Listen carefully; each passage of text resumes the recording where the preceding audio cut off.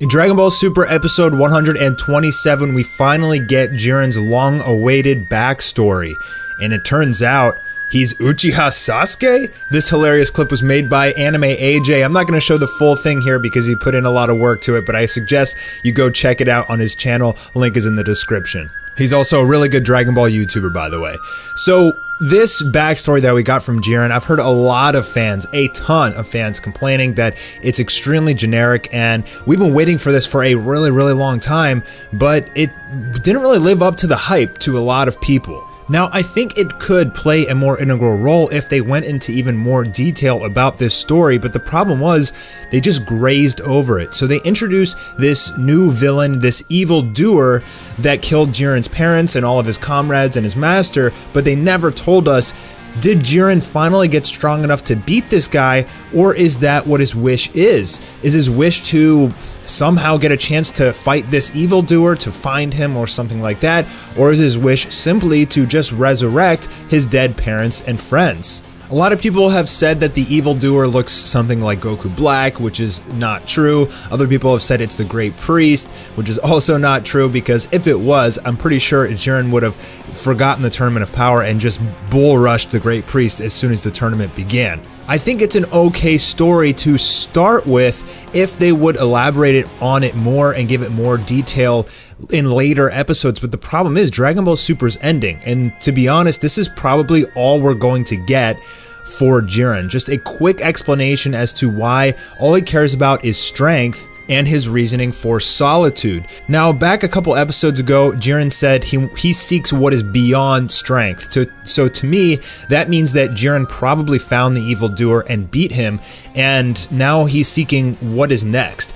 Strength got him his revenge, and I think now he's kind of lost. So in my opinion, his wish is to resurrect his master and his parents that were killed by this evildoer. Now, since the tournament began, since we've seen Jiren fight Goku and Vegeta, since we've seen Jiren increase his power slowly over the course of the tournament, giving Goku and Vegeta a chance to get stronger, a lot of people have thought that maybe Jiren is actually training Goku and Vegeta for a higher goal, to help him go up against the Great Priest or to fight some other villain. And that could have actually been a great story if it was true, if there was more time left for Dragon Ball Super, and it turned out that Jiren was actually just helping Goku and Vegeta increase their power because he actually needed them in order to take on this evil doer, which could have been the next arc. They could have added a cherry on top if they showed us that Jiren actually had Ultra Instinct, and the next arc he spent time training Goku on how to use and master it.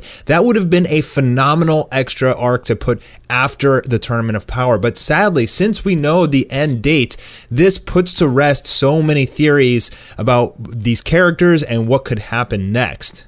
Even if Dragon Ball Super ends with Jiren asking Goku and Vegeta to help him fight this evil doer, that still doesn't necessarily mean it's a cliffhanger. It still doesn't necessarily mean we're going to get another series or Dragon Ball Super is going to continue.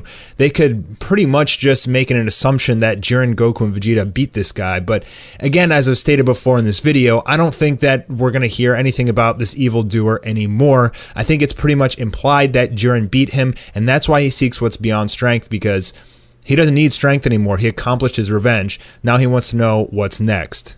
When they first showed Jiren's master, my first thought that came to my mind was, oh my god, is that Zorama? Is that the Dragon God Zorama that, fans have been wondering about and theorizing about? Turns out no, because like 2 seconds later, they say that the evildoer killed him. That was a very disappointing point that they made in this backstory, because if it was the Dragon God Zorama, if the Dragon God Zorama didn't die to this evildoer, and he was actually Jiren's master, that would open up a huge realm of possibilities for the show moving forward. But again, the story was a little bit lazy here and didn't give us that, which is really, really unfortunate, because they've teased us with these things, and then they just simply don't deliver.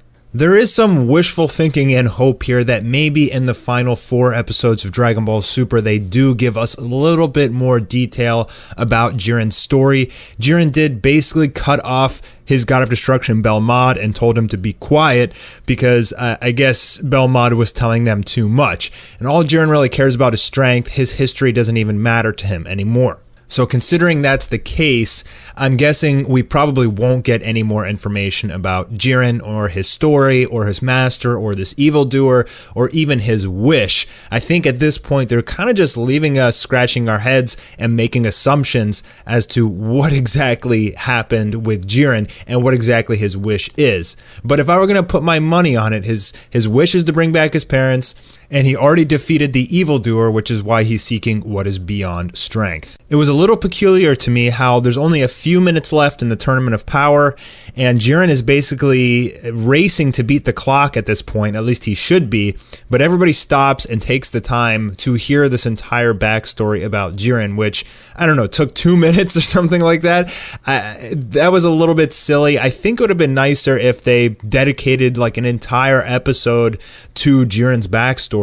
And if it was a little bit more unique, a little bit more in depth, it would have been much more satisfying to fans. If you guys watch Naruto, you'll see that they'll spend like 3 episodes on backstory for a single character or a flashback before they get into the fight. And a lot of times this isn't even happening in real time. I guess the issue I had here is that Belmont is telling this story in real time and there's only like 3 or 4 minutes left in the tournament. And while those Naruto flashback and backstory episodes can get really annoying and repetitive because you can't wait to see the rest of the action, I think here it would have been so appreciated by fans if they just took one episode, halted the fighting, and explained to us truly who this character of Jiren is, where he comes from, who the evildoer is, what is his wish, what are his motives, and they just grazed over it here. But if they would have spent that entire episode talking about Jiren's backstory, when they do get back into the fighting, it's going to be so much more satisfying for fans because now you know who this character is, and a lot of people, you may even be rooting for Jiren at that point.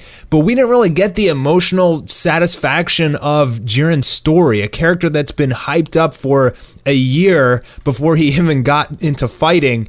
And, you know, we were expecting, there's so many theories and everything, we were expecting something much greater than this. And in the end, it was sorely disappointing. Now we know that the next episode is going to be Vegeta's episode. They're going to spend some time there, probably showing some flashbacks of Vegeta with Bulma, with his new baby Bola. And Vegeta may get more backstory and flashback time in the next episode than Jiren just got for his entire character in 127. But because they're going to focus on Vegeta, I doubt they're going to go back into Jiren's story or explain anything else. I think it's really just wishful thinking that we're going to get any more information on Jiren. I'm pretty sure that that's it, fellas. Not to mention, Android 17 just died, and he didn't even get any flashbacks or anything, which is horrible. And what that means is they really just tried to rush Dragon Ball Super's ending. I mean, that pretty much sums it up. They've got us this far. They've built up so many possibilities and stories and possible emotional moments and dramatic moments, but I don't think they're going to give us much of anything. Hopefully with Goku Ultra Instinct vs. Jiren as the finale, we get that build up that I think we deserve at this point for sticking around for so long. We deserve that satisfaction of an incredibly dramatic finale and ending to Dragon Ball Super. But considering they rushed these last episodes so they can get into the movie, I would just say go into it with low expectations. That way you don't get disappointed, and if it is an incredibly dramatic and suspenseful finale with a lot of emotions flowing through, then you'll be really happy and satisfied. Now, I do have a feeling that the ending to Dragon Ball Super, or at least how the Tournament of Power ends, is not going to be generic. I think that they're just putting us in this direction that Goku's going to win with Ultra Instinct. Bam, he wishes everybody back, end of story.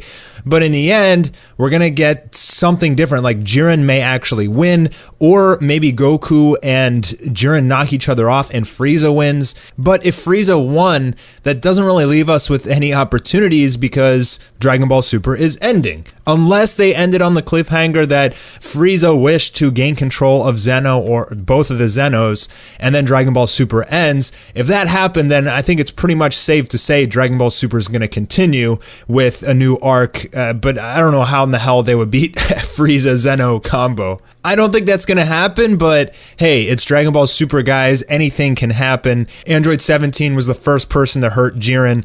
That pretty much says it all. Let me know what you think about Jiren's backstory. Did you think it was satisfying or were you disappointed? And I'll be talking to you guys later this week with some more Dragon Ball videos.